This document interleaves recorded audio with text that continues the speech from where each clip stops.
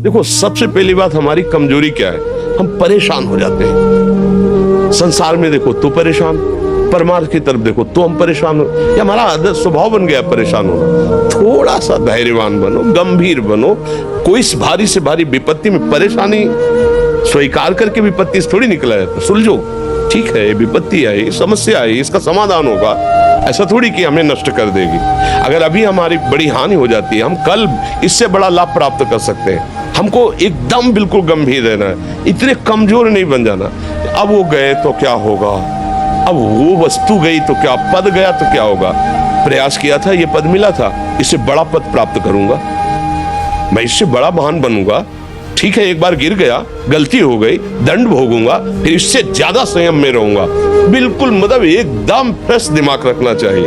और अपने लोग क्या है, जरा सी बात में एकदम पछड़ा कर लेते हैं, एकदम कमजोर हो जाते हैं। ये बिल्कुल ठीक नहीं है। हम जीवन भर की यात्रा की बात कह रहे हैं, भारी से भारी कष्ट में भी मुस्कुराना, तो हमें बल मिला है, हमें भगवान की कृपा का दर्शन हुआ है, हमें उनका दुलार दिखाई दिया है। अगर ऐसे तो भाग जाते फिर परमार्थ में थोड़ी चलना होता है। आज जो आप सुन करके लाभ लेने की चेष्टा कर रहे हो ना, ये केवल प्रवचन नहीं है, ये जीवन है। अगर ये जिए ना होते ना तो ये इसका प्रभाव नहीं पड़ता, फिर वाणी का प्रभाव नहीं पड़ता। हम इसीलिए कहते हैं, जैसे आप लोग एकदम परेशान हो जाते हैं, तो बोलो क्या हमसे ज्यादा परेशानी होगी?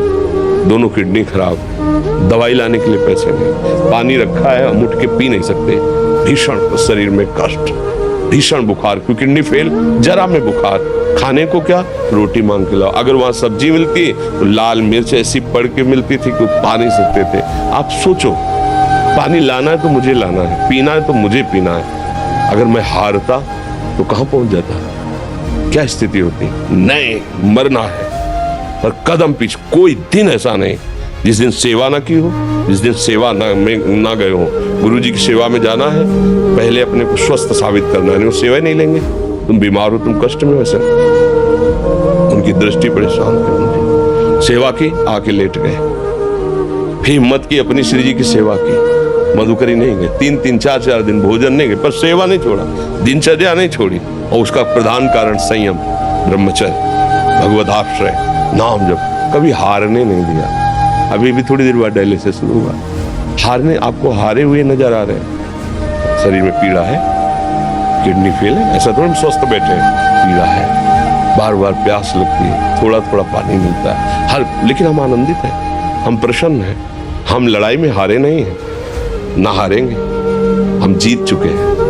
हम अपने मालिक के भरोसे में अपना सब बात, तो वो ये हम अपनी बड़ाई नहीं बता रहे, हम आपको बता रहे समस्या। सोचो तुम्हारे पास तो माँ है, भाई है, बहन है, परिवार है, कोई न कोई तो है ना। मेरा किसी ने कभी जीवन में ध्यान भी नहीं दिया, क्यों? बचपन से बाबा जी बन गए, किसी से प्यार नहीं, किसी से संबंध नहीं, कोई जानकारी नहीं, हम कहाँ हैं, वो कहाँ, किसी से कोई मतलब नहीं। अच्छा, जवान साधु कौन श्रद्धा करे? कभी गांव जाने की हिम्मत नहीं पड़ती कि रोटी मांग ले, पता नहीं लोग क्या सोचेंगे, क्या भावना कर ले। हम दरवाजे पे खड़े हैं, क्या कैसी भाव, जो हमारे सामने आकाश वृत्ति से आया यौवन अवस्था में वही पाया, अन्यथा भूखे रह गए। जब हम हर समय अपने को विवेक के द्वारा सावधान रखे तो हम कभी निराश नहीं हुए, कभी उदास नहीं हुए, कभी ऐसा नहीं लगा कि यार हम दुखी, कभी नहीं लगा। उसी का फल है कि उस सुख का संकेत मिल गया जहां दुख की निशानी भी नहीं है। वही उसी के बच्चे हो, हम सब उसी धातु से बने हुए हैं। हम इतना क्यों परेशान हो जाते हैं? हम ये देखते हैं अपने लोग, थोड़ी बात बिगड़ गई परेशान, नहीं बिगड़ी तो बिगड़ जाने की संभावना में परेशान है। आज सुख है लेकिन कल सुख छिन जाएगा तो हम आज के सुख में सुखी ना होकर कल के दुख के आने की संभावना में हम भयभीत तो मतलब क्या हमारी सोच रह गई? हमको इतना बलवान बनना है कि सुख और दुख दोनों हमको छू न सके। भारी से भारी सुख की व्यवस्था है तो अहंकार नहीं, हर्षित होकर किसी का अपमान न करे कि हम धनी, हम पदाधिकारी, अमुक। भारी से भारी दुख आया तो हमें किसी के सहयोग की जरूरत नहीं, हम फिर अपने कदम बढ़ाएंगे, हम फिर जुड़ी हुई अपनी भावनाओं को सजाएंगे। मस्त जीवन एकदम। तुम अविनाशी के बच्चे हो। शेर का बच्चा भेड़ों के बीच में फंसकर म्यों म्यों बोल रहा है, बस अगर दहाड़ना सीख जाए तो कोई भी उसे परास्त नहीं कर सकता। ऐसे भगवद अंश तू प्रपंच में फंसकर अपने को इतना दीन क्यों देख रहा है? तू ऐसा है कि भगवान के दिव्यास्त्र में भी ताकत नहीं तेरे को मार सके। तू अविनाशी का अविनाशी बच्चा है, विनाशी भोगों को, विनाशी शरीर को मैं मान के इतना भयभीत, इतना दुख, ठीक नहीं। ये सबके लिए, केवल एक के लिए नहीं। आप समझो, आप लोग सोचते हैं हम गृहस्थ होकर भला ऐसी स्थिति कैसे। जनक जी सुखदेव जी के गुरु हैं और राजा हैं, महल है, रानियां हैं, नौकर है, चाकर।